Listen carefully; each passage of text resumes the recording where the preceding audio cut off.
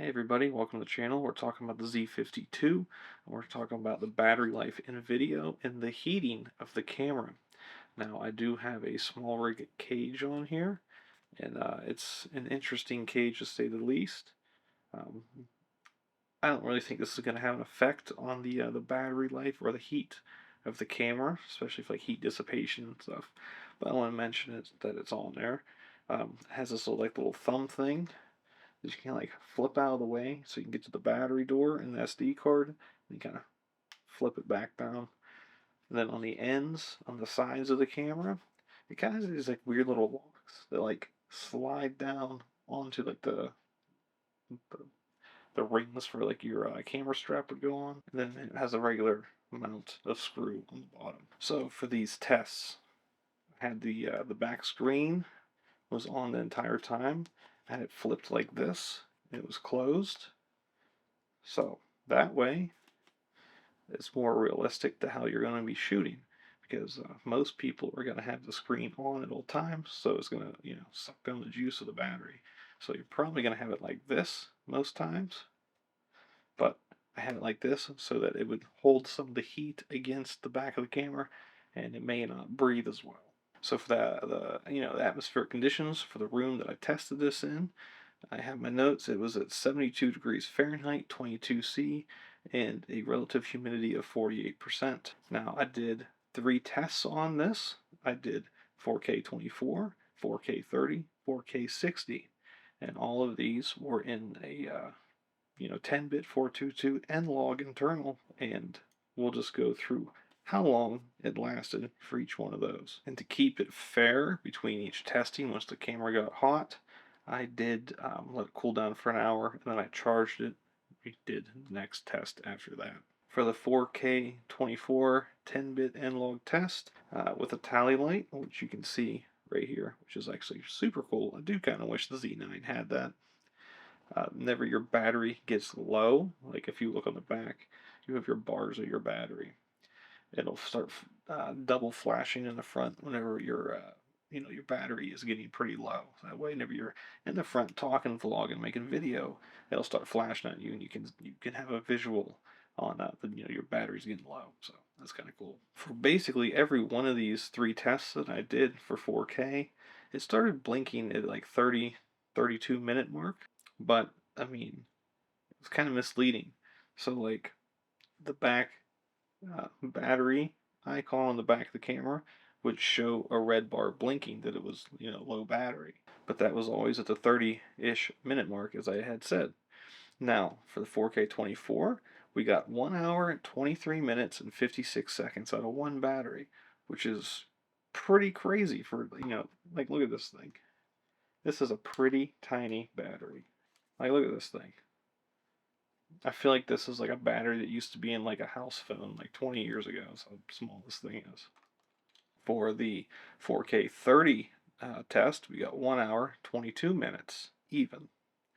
And then for the 4K 60, we got 1 hour and 3 minutes and 58 seconds.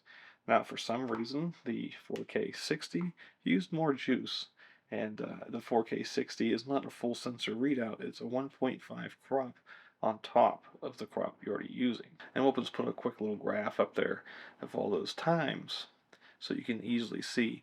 Now, I did not do a 1080p video to see how long that would last. I feel like most people aren't going to do 1080p, and I'm kind of just assuming that if you're getting, an hour and a half out of 4K 24, 1080p you're probably going a little bit longer or the same. And an hour and a half straight on battery, that's plenty for most people.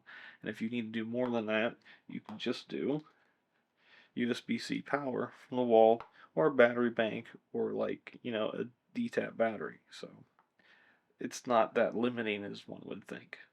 So let's get to the things people care about is the heat management, heat dissipation, because a lot of cameras, don't want to point fingers, but a lot of Sonys have heat problems to where they get really hot and they'll have warnings on the back of the camera and they'll just shut down.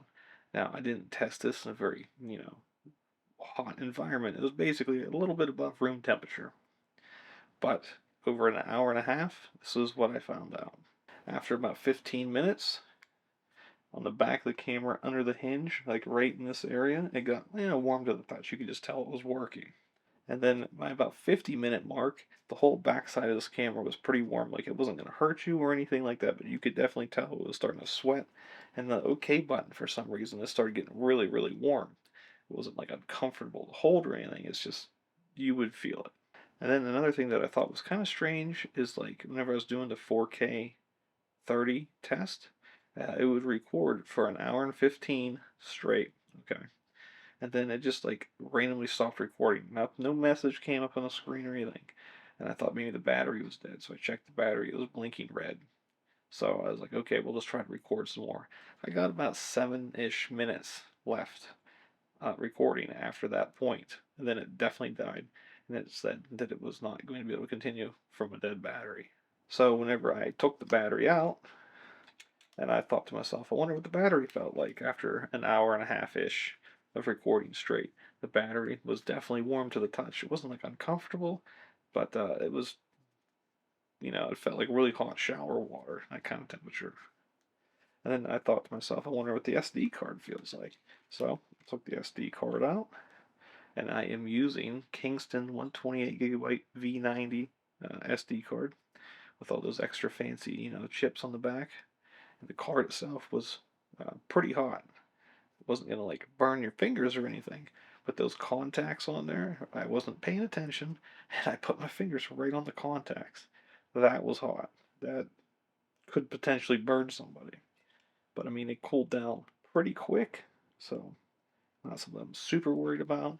And most people probably are gonna take it out and like grab it with their fingers. And at the end of the day, at the highest record settings are like 4K 60, 4K 30, N-Log internal, and if you have to remember is 4K 30 and less is sampled from 6K from inside the camera, so you get a sharper image. And over this entire testing of the heat management stuff, not once did it overheat, not once did you get hot card warning, hot battery warning, hot camera warning, nothing. It just kept shooting like nothing was happening. So that was super cool. And one of the negatives about the battery for me is like on like the Z6, Z8, Z9, you go into your menus, you can go to the battery and you can see a percentage of like what the battery percent is at and like how many shots you've taken. On the Z52, you don't get any of that. You literally just get a picture with 3 bars on it, and you just have to hope that each one of those bars is like, 33%. Because sometimes you'll be like, oh, it's only two bars are there, I'm good. And you'll start taking a video, and it'll show red bar flashing. Then you turn it back to photo mode, and then it'll show like 1 or 2 bars on the battery meter again. So I don't really understand what the deal is with that. And if you've found this video useful, entertaining, just something to throw in the background, something to listen to, please hit that subscribe button, hit the bell notification, and wish you the best of luck. I'll see you out there.